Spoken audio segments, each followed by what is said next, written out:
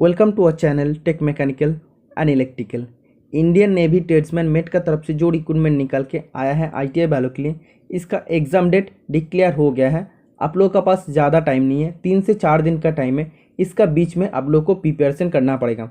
बहुत सारा स्टूडेंट का तरफ से रिक्वेस्ट आ रहा है इंग्लिश क्लास को लेकर डिस्कस करने के लिए, इंग्लिश क्वेश्चन को लेकर डिस्कस करने के लिए।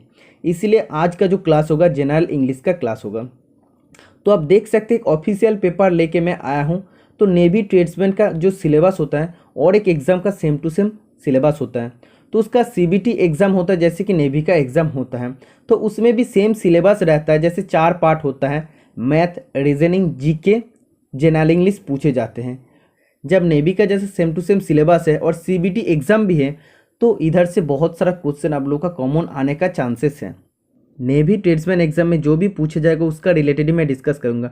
दूसरा चैनल का जैसा नहीं कि कोई भी एक पुराना पेपर से या कोई भी एक पुराना बुक से फ़ोटो खींच के 10 मिनट 5 मिनट बक दूंगा, ऐसा नहीं है।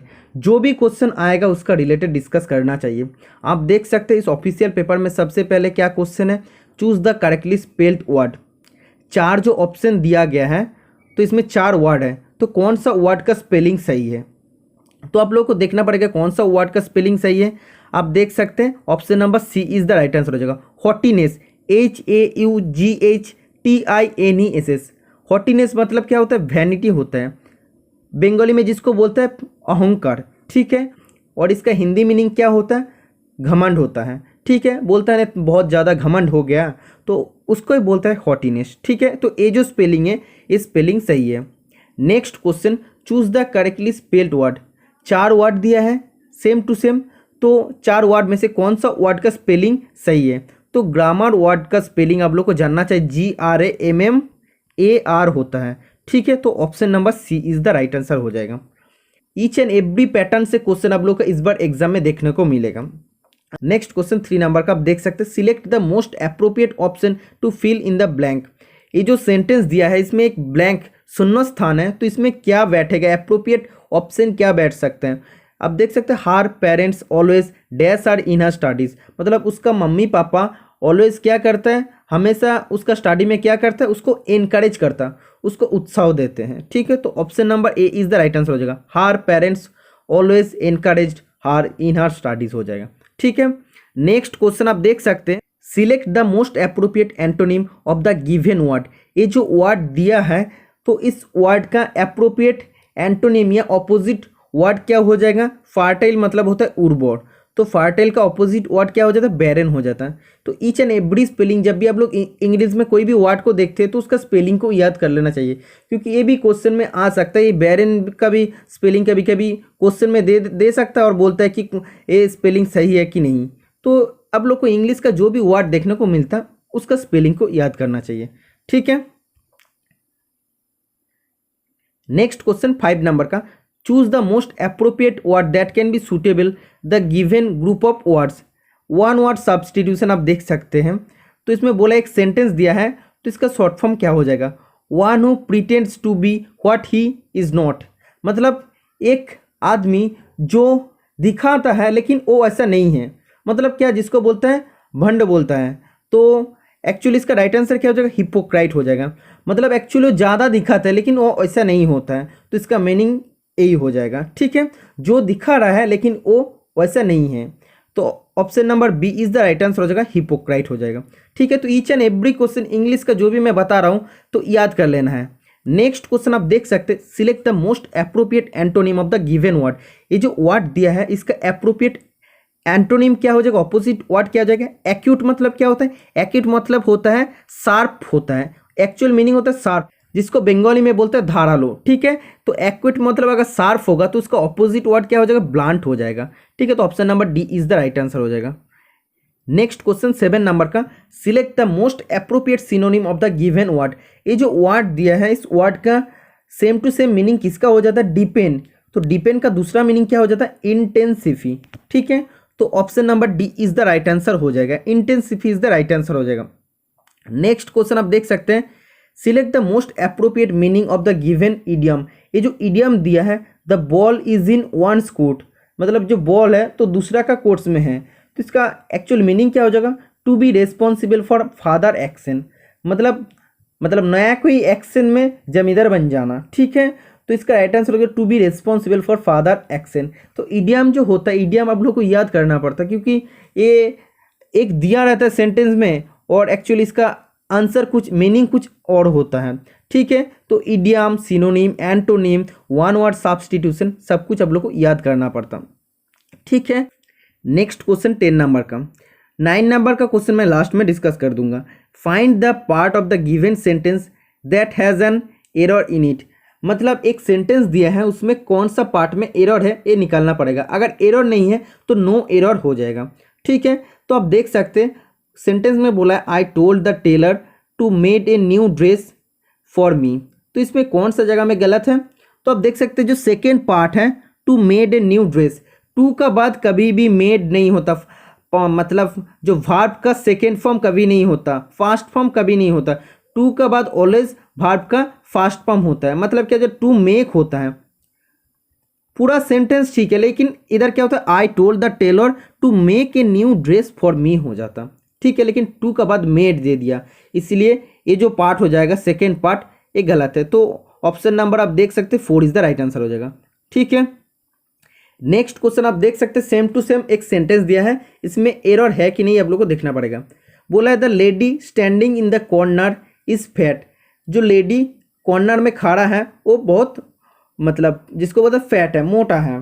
तो इसमें कोई एरर है कि नहीं? तो इसमें तो कुछ भी एरर नहीं है क्योंकि जो लेडी खड़ा है कॉर्नर में वो बहुत मोटा है, तो इसमें तो कोई एरर नहीं है, इसीलिए इसका राइट आंसर क्या हो जाएगा? नो एरर हो जाएगा। अगर आप लोग को लग रहा है कि कोई एरर नहीं है तो नो एरर हो जाएगा, ओके। नेक्स्ट क्वेश्चन 12 नंबर का। Select the most appropriate option to be substitute the underline segment in the given sentence. If there is no need to substitute it select no improvement. मतलब एक sentence दिया है तो ये जो underline दिया है उसमें अगर आप लोग को कोई इंप्रूवमेंट करना जरूरत पड़ता, मतलब कोई भी सब्सटीट्यूट आप देख सकते हो ऑप्शन में जो दिया है वो अगर लगाने का जरूरत पड़ता है तो लगा सकते, नहीं तो नो इम्प्रूवमेंट हो जाएगा। मतलब उसमें कोई भी इंप्रूव करना नहीं पड़ेगा, वो सही है। तो क्वेश्चन में क्या बोला है? Please tell the story in a nutshell. मतलब जो स्टोरी है उसको संक्षेप में बोलो, छोटा करके बोलो।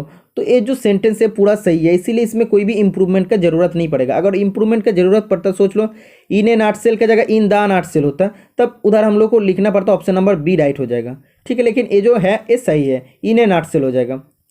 नेक्स्ट क्वेश्चन 13 नंबर का आप देख सकते हैं 12 नंबर का क्वेश्चन का जैसे है कि इसमें कोई इंप्रूवमेंट का जरूरत है कि नहीं, जो अंडरलाइन वर्ड दिया है उसमें। तो ये जो सेंटेंस दिया आप देख सकते he did not like the novel comma nor I did. तो इसमें नॉर का बाद क्या होता है? वर्ब का सेकेंड फॉर्म होता है, डिड इट हो जाता। तो option number A is the right answer हो जाएगा, ठीक है। तो ये होता है एक एक पैटर्न, तो एक एक पैटर्न को आप लोग को याद रहना चाहिए। एक एक पैटर्न का अगर आप लोग याद करके जाएंगे हो सके कि यही सेंटेंस उठा के एग्जाम में दे दें, क्योंकि इस टाइप का क्वेश्चन आप लोग को आएगा। नेक्स्ट क्वेश्चन 14 नंबर का। Choose the most appropriate word that can be substitute the given group of word. तो ये वन वर्ड सब्सटीट्यूशन है। आप देख सकते हो सेंटेंस में क्या बोला है, a place where nuns live and work. तो एक नॉन मतलब क्या होता है? जो मॉन्क होता है, सन्यासी होता है, तो उसका जो फीमेल होता है उसको बोलता है नन, ठीक है।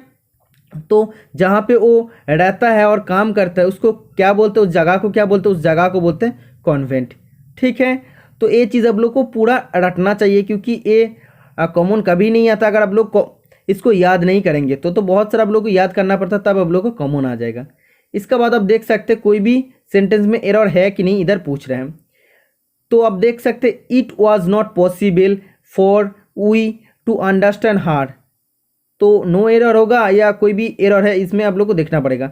तो ये जो सेंटेंस है आप लोग को देखना पड़ेगा, it was not possible for me होता है, मी होगा नहीं तो आस होगा, लेकिन फॉर वी कभी नहीं होता। फॉर का बाद कभी वी नहीं होता।